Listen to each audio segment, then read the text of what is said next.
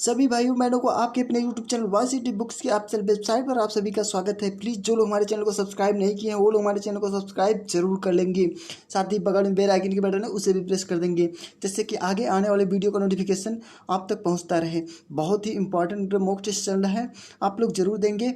चलिए, ये रहा हमारा आईसी इंजन का पार्ट नंबर 8। ठीक है, बहुत ही स्पेशल है।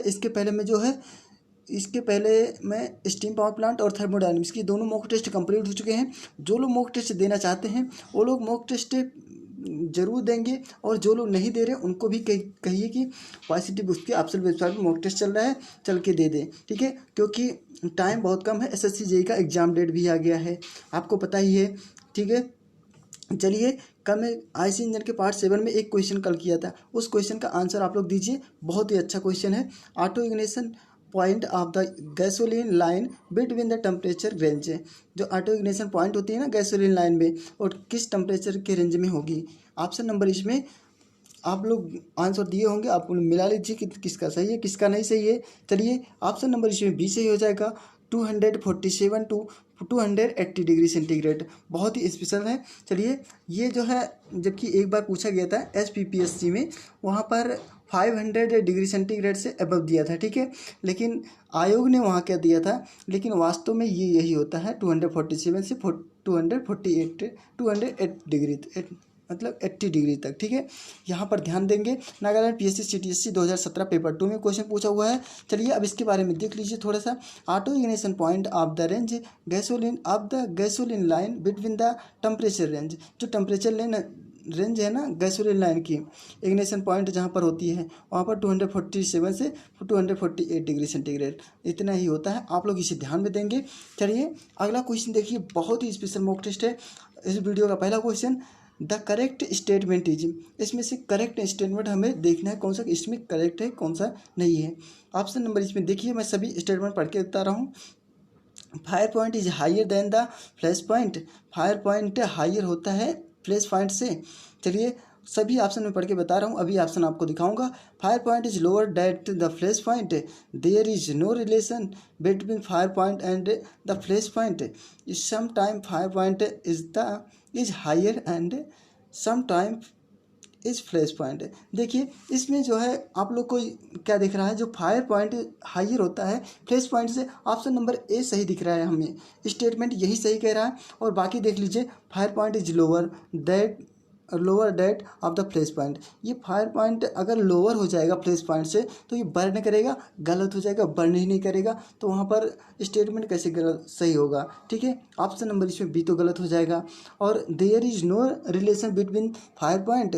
अरे, अगर रिलेशन ही नहीं होगा फायर पॉइंट और फ्लैश पॉइंट के बीच में, तो क्या वो स्टेटमेंट सही है? ऑप्शन नंबर ये तो बिल्कुल गलत हो जाएगा, क्योंकि इसमें रिलेशन होती है। ठीक है, और देख लीजिए अगला क्या कह रहा है, some time fire point higher and some time ये फ्लैश पॉइंट। अगर कुछ समय के लिए जो है फायर पॉइंट हायर हो जाए, फायर पॉइंट पर हायर हो जाए, और कुछ समय के लिए जो फ्लैश पॉइंट पर हायर हो जाए, तो ये गलत हो जाएगा। कुछ समय के लिए नहीं होता है, इसमें फायर पॉइंट हायर होता है, और किससे? फ्लैश पॉइंट से। ऑप्शन नंबर ए सही है। ठीक है, चलिए, अब देख लीजिए इसके बारे में, यहाँ पर आंसर भी दिया है वही, the fire point is higher than the flash point because at the flash point more vapour. क्योंकि जो है फ्लैश पॉइंट पर जो है मोर वेपर होता है, मोर वेपर में बी नॉट बी प्रोड्यूस।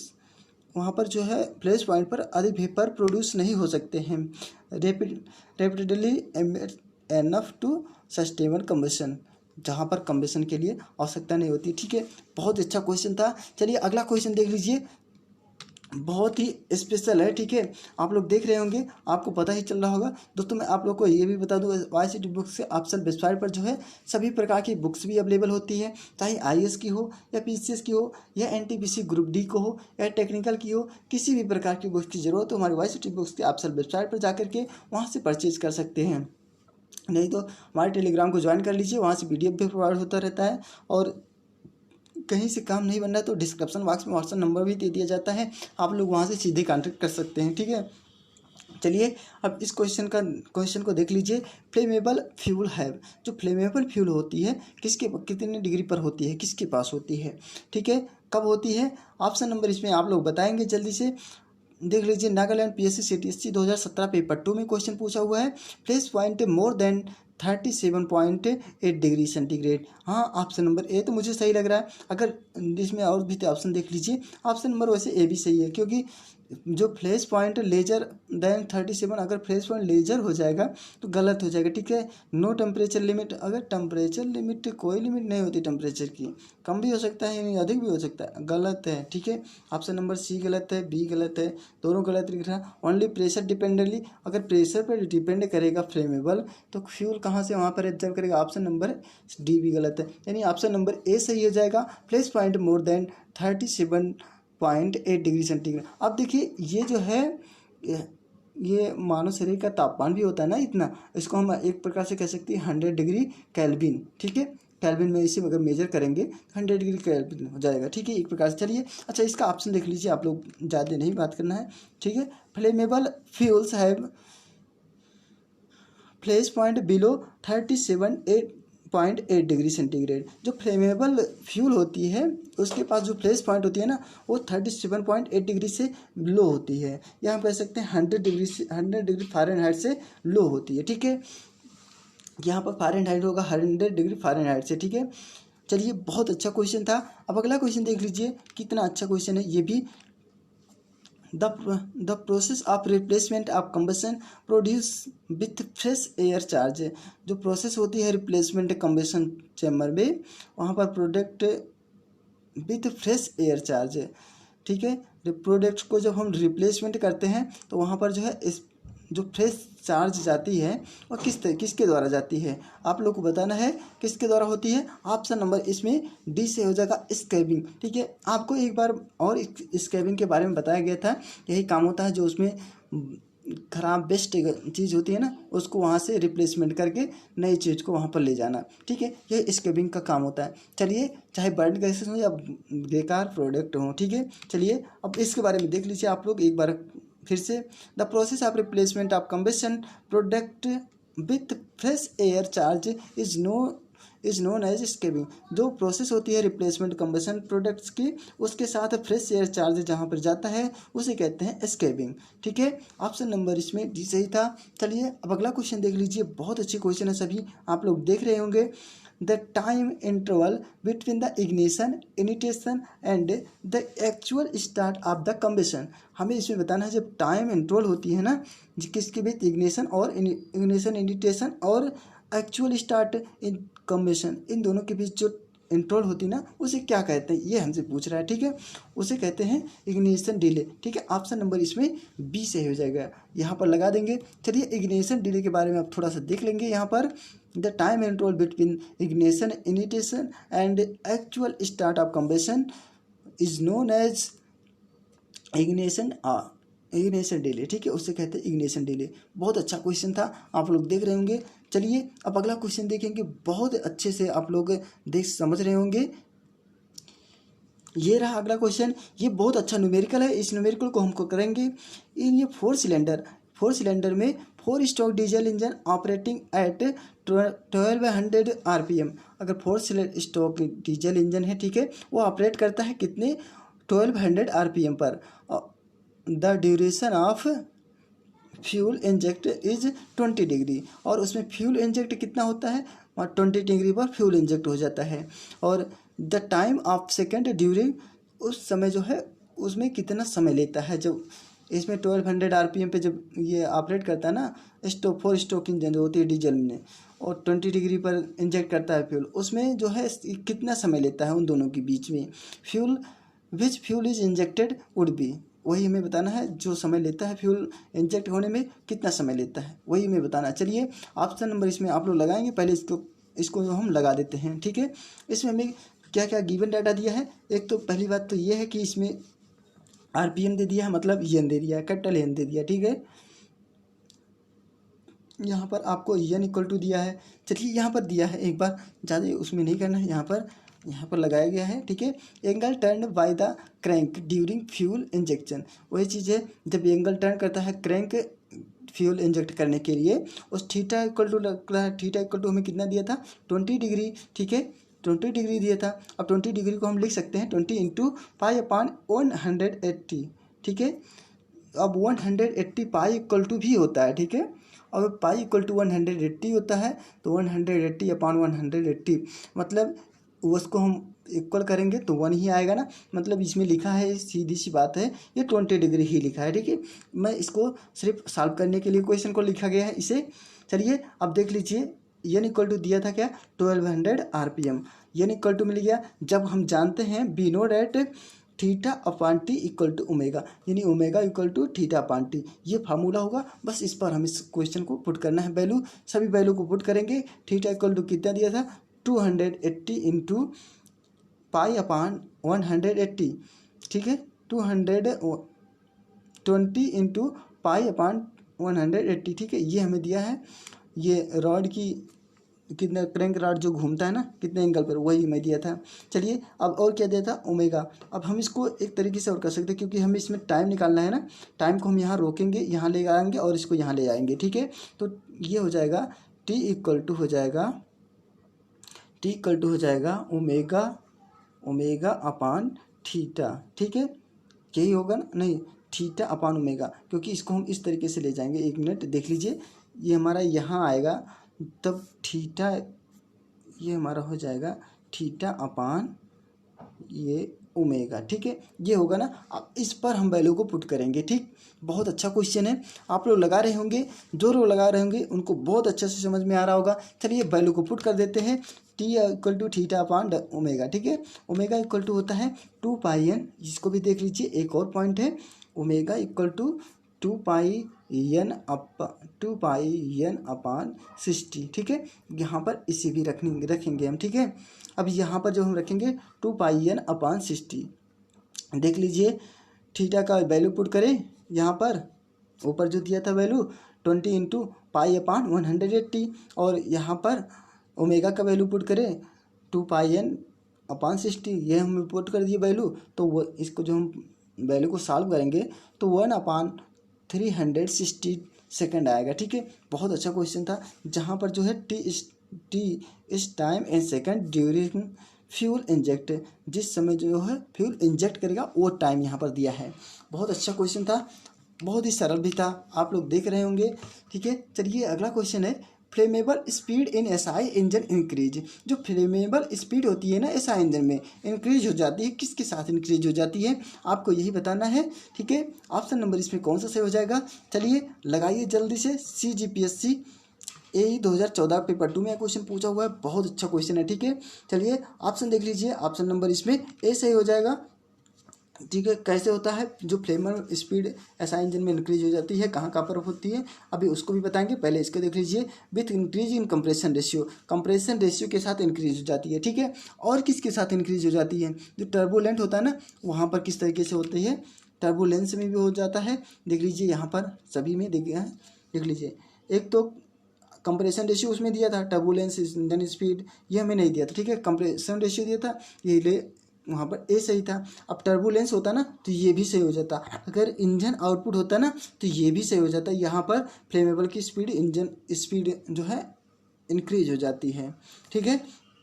अब और देखेंगे, यहाँ पर जो टर्बुलेंस होता है ना वहाँ पर स्पीड इंक्रीज हो जाती, टर्बुलेंस इंक्रीज हो जाता है और स्पीड भी इंक्रीज हो जाती है, उसके साथ ही हीट फ्लो भी इंक्रीज हो जाता है सिलेंडर वाल पर, और फ्लेमेबल स्पीड भी इंक्रीज हो जाती है। अब देख लीजिए कंप्रेशन रेशियो में क्या होता है, अगर कंप्रेशन रेशियो इंक्रीज होगा तो वहाँ पर प्रेशर भी इंक्रीज हो जाता है और टेम्परेचर भी इंक्रीज हो जाता है, और उसके साथ ही जो है फ्लेम स्पीड भी इंक्रीज हो जाती है, ठीक है। समझ गए होंगे ना कंप्रेसर रेशियो में कैसे इंक्रीज होता है। अगर इंजन आउटपुट होता है ना, तो इंजन आउटपुट अगर इंक्रीज हो जाता है ना तो उसके साथ टर्बुलेंस ये भी इंक्रीज हो जाता है और उसके साथ फ्लेम स्पीड भी इंक्रीज हो जाती है, ठीक है। अब देख लीजिए, अगर इंजन स्पीड को इंक्रीज कर रहे हैं तो उस पर जो वाल्व होते हैं ना, वाल्व फ्लेम, वहाँ पर भी इंक्रीज हो जाएंगे, ठीक है। बहुत अच्छा क्वेश्चन था। चलिए आप लोग को बहुत सारे क्वेश्चन समझ में आ गए होंगे, ये बहुत अच्छा। अगला क्वेश्चन डियर आप, बहुत अच्छा क्वेश्चन, ठीक है।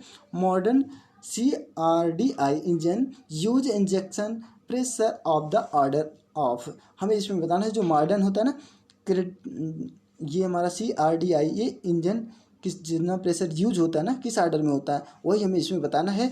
चलिए TNPSC यही 2017 का क्वेश्चन है, बहुत अच्छा क्वेश्चन है, ये बहुत सिंपल भी है, इसको कई बार आप लोग पढ़े होंगे, ठीक है। चलिए यहाँ पर देख लीजिए, ऑप्शन नंबर इसमें डी से हो जाएगा, इसका फुल फॉर्म क्या होता है? कॉमन रेल डायरेक्ट इंजेक्शन, ठीक है, CRDI का फुल फॉर्म होता है, इसका फुल फॉर्म होता है common rail direct injection. Option number इसमें डी से हो जाएगा 1600 बार, ठीक है।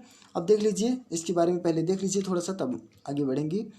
CRDI standard for common rail direct injection, जो देख लीजिए CRDI जो स्टैंडर्ड होता है ना, इसका फार्मूला क्या होता है? Common rail direct injection which remain constant, जहाँ पर जो है remain constant injection of fuel into the cylinder of diesel engine. ये सिलेंडर डीजल इंजन पर जो फ्यूल ना इन डायरेक्ट इंजेक्शन यहाँ पर कांस्टेंट हो जाता है, ठीक है।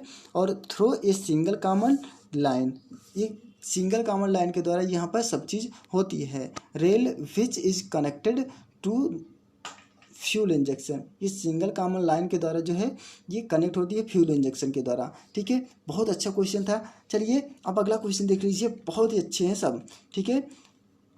Reducing the combustion chamber surface are, जो रिड्यूसिंग करते हैं ना कंबेशन चैम्बर से सरफेस जहाँ पर होती है, कंबेशन चैम्बर से वहाँ से क्या रिड्यूस करते हैं, ठीक है। जल्दी से बताइए, जो कंबशन चैम्बर सरफेस से हम वहाँ से, ऑप्शन नंबर इसमें कौन सा सही हो जाएगा? TNPSC यही 2017 का क्वेश्चन है। चलिए आप लोग लगाए होंगे, ऑप्शन नंबर इसमें ए सही हो जाएगा। Reduce the amount of unburned SC in the exhaust gases, वहाँ से जो है हाइड्रोकार्बन एग्जॉस्ट गैसेस जो होती है ना, उस जहाँ पर जो है अनबर्न्ड होती है वो गैसेस, ठीक है, वो उसे जलती नहीं है, उसे वहाँ से रिड्यूस करते हैं कंबशन चैम्बर से, कंबशन चैम्बर के सरफेस है, ठीक है। बहुत अच्छा क्वेश्चन था। अब देख लीजिए और भी ऑप्शन देख लीजिए, नहीं कहेंगे नहीं बताया गया। अगर इंक्रीज करते हैं amount of unburned SC in the exhaust gases, तो जो है अपने आप ही वो कुछ नहीं होता वहाँ पर, मतलब बहुत अधिक मात्रा में ये कह सकते हैं डस्ट फैल जाती है, ठीक है। और वहाँ पर जो लोग रहते हैं ना वो काम नहीं कर पाते। अब रिड्यूस कर देते हैं, अगर अंधा NO2 को अगर हम रिड्यूस करते हैं एग्जॉस्ट गैस के द्वारा, ये भी गलत हो जाएगा। वहाँ से NO2 को रिड्यूस नहीं करते, उसमें ऑक्सीजन मिलाकर बर्न कराते हैं, ठीक है, ये भी गलत है। चलिए ऑप्शन नंबर इसमें डी देख लीजिए। Increase the amount of 100 SC and NOT in the exhaust gas, increase नहीं करते, वहाँ से रिड्यूस करते हैं अनवांटेड जो गैसेज होती हैं। चलिए अब अगला क्वेश्चन देख लीजिए, बहुत अच्छा क्वेश्चन है, ठीक है, सभी बहुत ही सेलेक्टिव क्वेश्चन रखे गए हैं। ये हमारा बहुत अच्छा क्वेश्चन है। In the passenger car the following type of carburettor is preferred, जो पैसेंजर कार होती है ना उसमें किस टाइप के जो उसमें कार्बोरेटर लगाए जाते हैं ना, किस टाइप के लगाए जाते हैं, इसमें से बताना है आपको।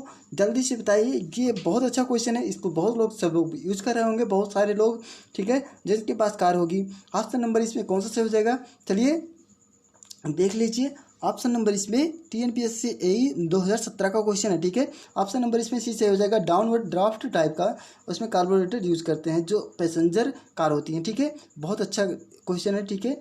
चलिए अब इसके बारे में थोड़ा सा देख लीजिए। Downward draft type of carburettor is used is preferred in the passenger car, downward draft type का जो कार्बोरेटर होता है ना उसका यूज करते हैं कहाँ पर? पैसेंजर कार में। चलिए अगला क्वेश्चन देख लीजिए, बहुत अच्छा क्वेश्चन है। In CI engine the function of air swirl as, जो फंक्शन होती है ना इस CI इंजन में, इसमें कह रहा है जो CI इंजन में एयर स्विरल का फंक्शन बताना है हमें, ठीक है, किस तरीके से वर्क करता है, ठीक है, इसका काम क्या होता है जो स्विरल लगाए होते हैं एयर स्विरल का। चलिए ये बहुत अच्छा क्वेश्चन है। ऑप्शन नंबर इसमें बी से हो जाएगा। Rotary motion of the air for proper distribution of the fuel is the cylinder, ये रोटरी मोशन में जो है एयर के लिए ये प्रॉपर डिस्ट्रीब्यूट करता है, ठीक है, कहाँ, किसको? फ्यूल को। कहाँ पर? इन द सिलेंडर पर। बहुत अच्छा क्वेश्चन था। चलिए ऑप्शन नंबर इसमें बी से हो जाएगा, कुछ नहीं करना था, बहुत अच्छा क्वेश्चन है, इसके बारे में देख लीजिए थोड़ा सा। In CI engine the function of air swirl, जिससे एयर स्विरल का फंक्शन होता है रोटरी मोशन में एयर को प्रॉपर मात्रा में कहाँ पर डिस्ट्रीब्यूट करना होता है, फ्यूल एयर, प्रॉपर मात्रा में एयर और फ्यूल को जो है डिस्ट्रीब्यूट करना होता है कहाँ पर? सिलेंडर पर, ठीक है। बहुत अच्छा क्वेश्चन था। चलिए ये रहा अगला क्वेश्चन, और भी अच्छे क्वेश्चन है कि consider the following statement is, ये सभी स्टेटमेंट दिए हैं, ठीक है, इसमें से हमें बताना है कौन सा है सही, कौन कौन से ऑप्शन जो है इसमें सही है, कौन कौन से, ठीक है, आप इसमें आपको बताना है। चलिए देख लीजिए, मैं इसको बताना पड़ेगा, मुझे पढ़ के सुनाना पड़ेगा। Recycling exhaust gases by the particle immixing with the intake gases increase the emission of oxidation of nitrogen from the engine. हमें इसमें ये कह रहे हैं कि रिसाइकलिंग एग्जॉस्ट गैसेज जो होती हैं, इस एग्जॉस्ट गैसेज के द्वारा जो पार्टली मिक्सचर किया जाता है with intake gases increase, intake gases को इंक्रीज कर देते हैं। अगर भाई देख लीजिए, अगर रिसाइकलिंग गैस है, ठीक है, तो इनटेक गैसेज को हम क्या इंक्रीज करेंगे। ऑप्शन नंबर इसमें ये तो गलत लग रहा है मुझे, स्टेटमेंट पहला तो गलत लग रहा है। चलिए दूसरा देख लेते हैं।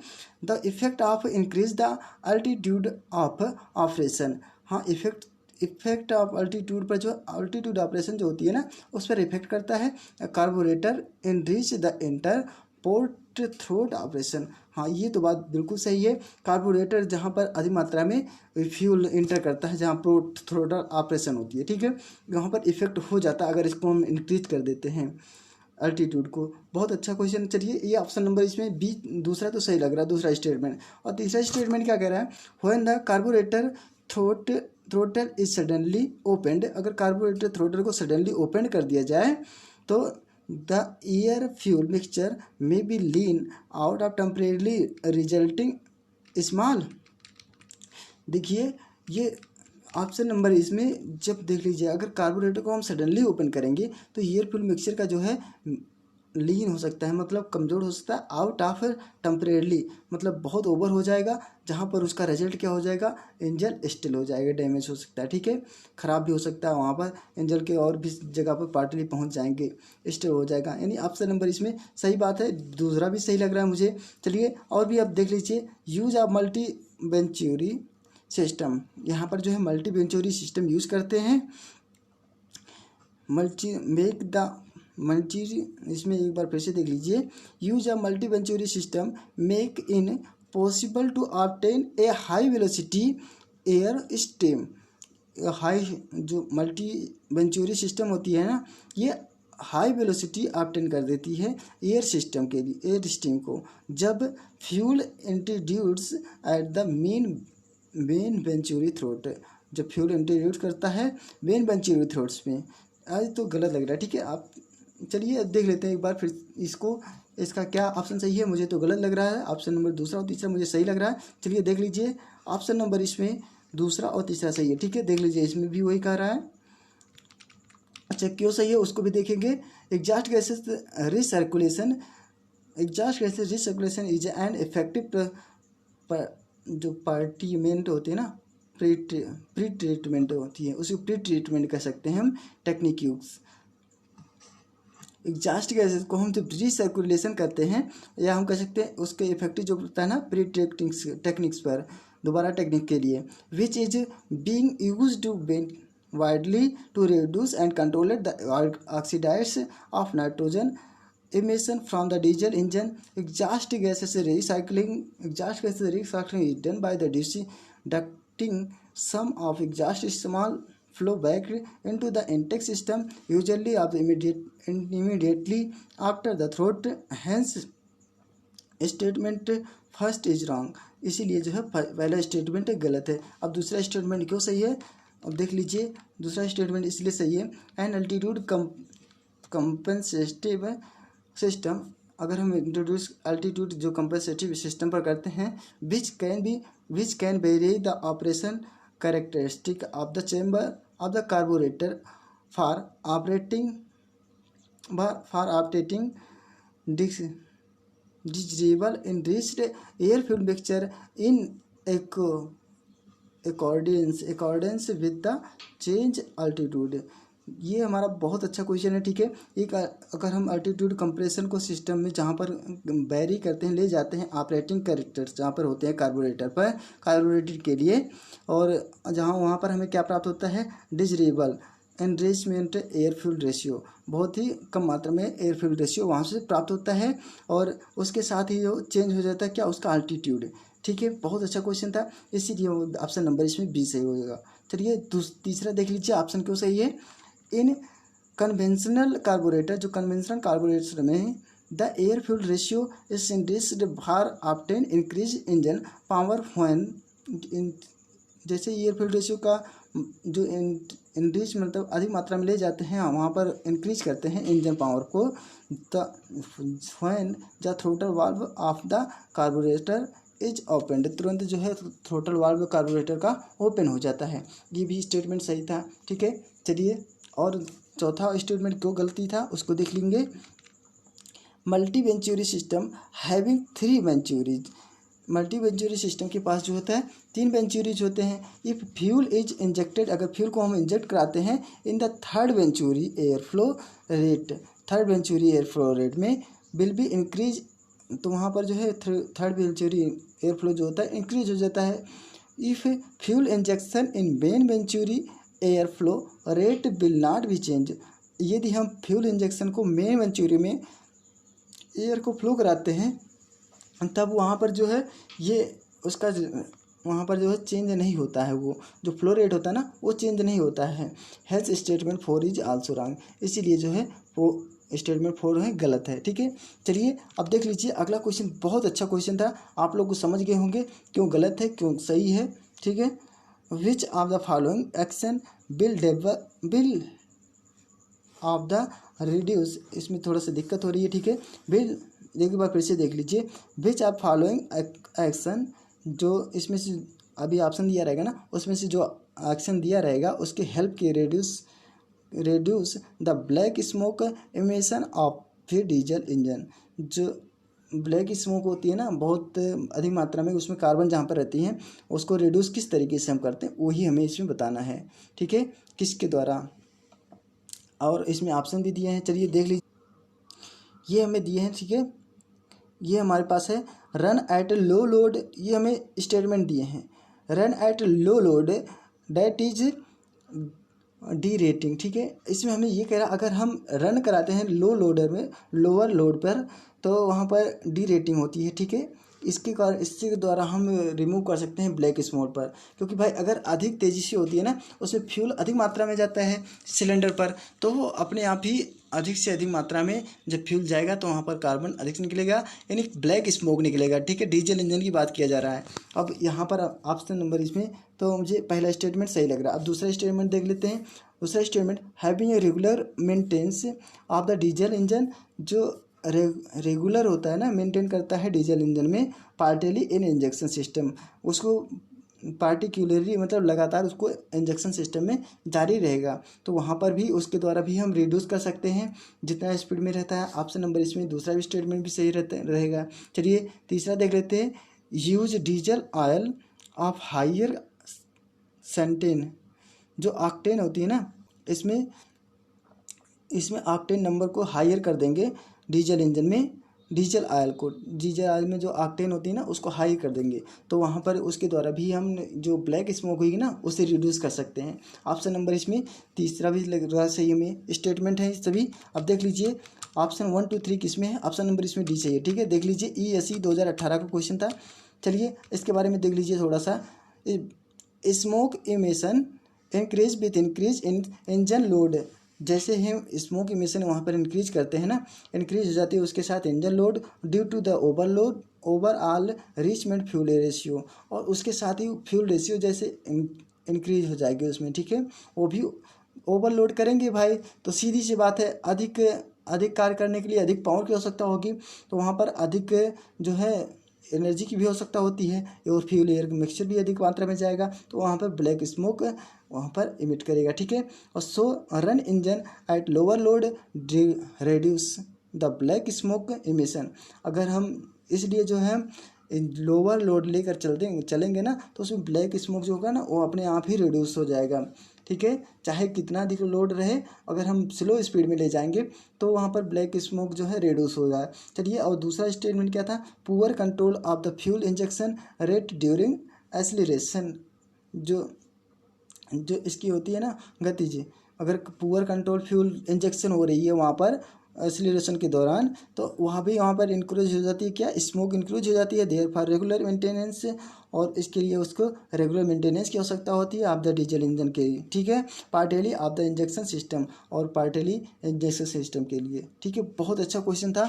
चलिए अगला क्वेश्चन देख लीजिए, with increase demand for improve, देख लीजिए इसमें कह रहा है अगर हम इंक्रीजिंग करने के साथ जो है इम्प्रूव कर देते हैं क्या, इग्निशन क्वांटिटी एंड इंक्रीजिंग सेंटेन, मतलब इसमें ऑक्टेन होगा, ठीक है, ऑक्टेन होगा, ठीक है। Octane number specification is the use ignition improve addition has also reach, इसके बारे में वही बताया था, जो इसका ऑक्टेन नंबर होता है ना उसको हाई कर देंगे, फिर उसमें इग्निशन पावर जो है इम्प्रूव हो जाएगी और वहाँ पर जो ब्लैक स्मोक नहीं होने पाएगी, बस यही इसका कारण होता है। तो वहाँ पर रेड्यूस हो जाती है क्या, ब्लैक स्मोक जो है रेड्यूस हो जाती है। Answer, the answer given by UPSC is option A. और अब देख लीजिए इसमें जो है दो तरीके से थे ऑप्शन, इसमें यूपीएससी जो है ए दे रहा था सही, ठीक है, 1-2 केवल 1-2 देता है, लेकिन ये तीनों सही है, ठीक है। यहाँ पर इसको भी ध्यान रखेंगे तीनों क्यों सही है उसके बारे में आप लोग देख लिए। चलिए अब अगला क्वेश्चन देख लीजिए, बहुत स्लो थोड़ा सा हो रहा है ना, चलिए आप तेज़ी से हम करते हैं इसे। If one cylinder of a diesel engine receive more fuel than the other, it is a serious condition for that cylinder and can be checked by, हमें इसमें कह रहा है ये जो है एक सिलेंडर ऑफ डीजल के इंजन के रिसीव करते हैं मोर फ्यूल, तब वहाँ पर देन द अदर, तब वहाँ पर जो है ये it is a serious condition, तो वहाँ पर सीरियस कंडीशन हो जाता है the cylinder and can be checked by, तो उस सिलेंडर पर जो किसके द्वारा चेक करते हैं, ठीक है। विच ऑफ द स्टेटमेंट जो इसमें दिया है, पहला कौन सा सही है कौन सा गलत है इसे हमें बताना है, ठीक है। देख लीजिए मैं सभी पढ़ के बता रहा हूँ। जजिंग द जो सीरियस होता है ना, judging the serious of the piston और checking the incomplete combustion in that cylinder, checking, हाँ इसके द्वारा भी हम चेक कर सकते हैं ना, अगर इनकम्प्लीट हो जाएगा कंबशन अगर पूरी तरीके से नहीं होगा तब भी उसको इसके द्वारा हम इसको चेक करेंगे ना कि भाई ये हो रहा है इसमें। चलिए और देख लीजिए checking the cylinder exhaust temperature, और ये भी चेक कर लेंगे कि टेम्परेचर एग्जॉस्ट हो रहा है, इसके साथ इसमें पैरामीटर लगा देंगे, उसके द्वारा भी हम इसको चेक कर सकते हैं। चलिए अब देख लीजिए ऑप्शन नंबर इसमें कौन सा सही हो जाएगा, डी से हो जाएगा, 1 2 3 तीनों सही है ना, तीनों सही है, ऑप्शन नंबर इसमें डी से हो जाएगा, ठीक है। देख लीजिए जजिंग द सीजर्स, इसमें सीजर लिखा है, ठीक है, सीजर के द्वारा भी हम लगा सकते, सीजर ऑफ द पिस्टन, किसके द्वारा हम लगाते हैं, चेक करते हैं सीजर ऑफ द पिस्टन के लगा करके, और चेक करते हैं किसके द्वारा, incomplete combustion that the cylinder के द्वारा, और चेकिंग करते हैं किसके द्वारा, एग्जॉस्ट सिलेंडर और टेम्परेचर विथ द पैरामीटर के द्वारा, ठीक है। चलिए अब अगला क्वेश्चन देख लीजिए, बहुत अच्छे क्वेश्चन है, सभी सेलेक्टिव क्वेश्चन देख रहे होंगे आप लोग, ठीक है। कौन इसमें रहा, ये रहा अगला क्वेश्चन, बहुत अच्छा क्वेश्चन है, ये भी स्टेटमेंट है ये, ठीक है, ये सभी स्टेटमेंट ही है, बहुत अच्छे हैं, इसको हम देख लेते हैं एक बार। Consider the following statement with reference to combustion and performance in a 4 stroke petrol engine, हमें ये बताना है, कंसीडर मान लो ये स्टेटमेंट है इसमें दिए हैं, ठीक है, जिसके रेफरेंस में कंबशन और परफॉर्मेंस जो होती है ना पर 4 स्ट्रोक पेट्रोल इंजन की, इसमें से कौन सा सही है कौन सा स्टेटमेंट कौन सा नहीं, वही हमें बताना है, ठीक है। चलिए देख लीजिए, the auto ignition temperature of petrol as a fuel as higher than that of diesel oil as a fuel, हमें इसमें ये कह रहा है कि अगर ऑटो इग्निशन जो टेम्परेचर होता है पेट्रोल के लिए और फ्यूल हायर देन होती है डेट ऑफ डीजल ऑयल के लिए फ्यूल, ठीक है, ये बात दोनों सही है। अगर ऑटो इग्निशन होता है तो उसके लिए भी हायर होती है फ्यूल की आवश्यकता होती है, और वहाँ पर डीजल इंजन की जो फ्यूल होती है ना उसके लिए भी हायर फ्यूल की आवश्यकता होती है, ये बात दोनों सही है। आप स्टेटमेंट पहला तो सही है, ठीक है, अब दूसरा देख लेते हैं, क्योंकि 4 स्ट्रोक है 2 स्ट्रोक नहीं है, ठीक है।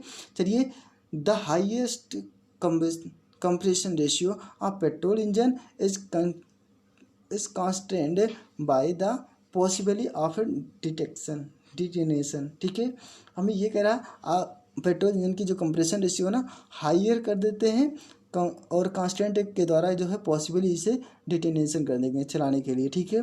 और देख लीजिए अगला ऑप्शन की तो बात सही थी, दूसरा भी स्टेटमेंट, और तीसरा स्टेटमेंट क्या कह रहा है, ये petrol engine is basically less suitable, जो पेट्रोल इंजन होता है ना बेसिकली लेस सुइटेबल होती है फॉर ये super charging than a diesel engine, super charging diesel engine से, ठीक है, ये इसका भी ये भी बात स्टेटमेंट सही है, ठीक है। इस तीनों के बारे में मैं आपको एक बार कई तरीके से डिस्कस कर चुका हूँ और फिर से इसमें कर रहा हूँ। चलिए स्टेटमेंट इसमें 1 2 3 किस में सही है, ऑप्शन नंबर इसमें डी सही हो जाएगा, ठीक है, 1 2 3 तीनों सही है, ये 2018 का क्वेश्चन है, इसके बारे में एक बार देख लीजिए, बस उसे पढ़ के मैं बता रहा हूँ। Petrol have higher self ignition temperature, high volatile to burn, ये हाई वोलेटाइल बर्न करता है और सेल्फ इग्निशन होता है, ठीक है। When the compress that much it may be is में बस जो ब्रस्ट आउट होती है ना वो भी अधिक होती है। और where diesel is low volatile, और डीजल के पास तो लो वोलेटाइल होती है।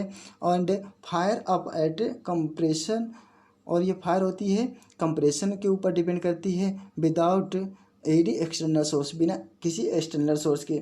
जो super charging is preferred in CI engine, जो सुपर चार्जिंग होती है बहुत अच्छी होती है सीआई इंजन के लिए, और because it leads to decrease delay period, क्योंकि यह जो है डिक्रीज मतलब ये डिले पीरियड जो है बहुत कम होता है। देयर फॉर डिक्रीज द डिटेनेशन, इसीलिए इसके लिए डिक्रीज हो जाती है डिटेनेशन के लिए। चलिए अब ये बहुत अच्छे क्वेश्चन थे, आज के लिए इतना ही। वीडियो कैसा लगा कमेंट्स बॉक्स में लिख के जरूर बताइएगा।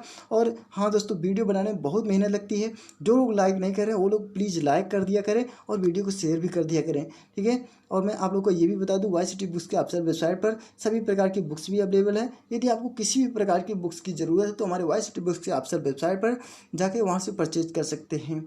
और टेलीग्राम को हमारे ज़रूर ज्वाइन कर लीजिएगा, क्योंकि वहाँ से आप लोग को कोई भी इन्फॉर्मेशन होती है वहाँ से प्रोवाइड होती रहती है। और डिस्क्रिप्शन बॉक्स में व्हाट्सअप नंबर भी दे दिया जाता है, ताकि वहाँ से आपको अगर कोई प्रॉब्लम हो रही है सीधे कॉन्टैक्ट कर सकते हैं। चलिए नेक्स्ट वीडियो में हम फिर मिलेंगे, तब तक के लिए नमस्कार।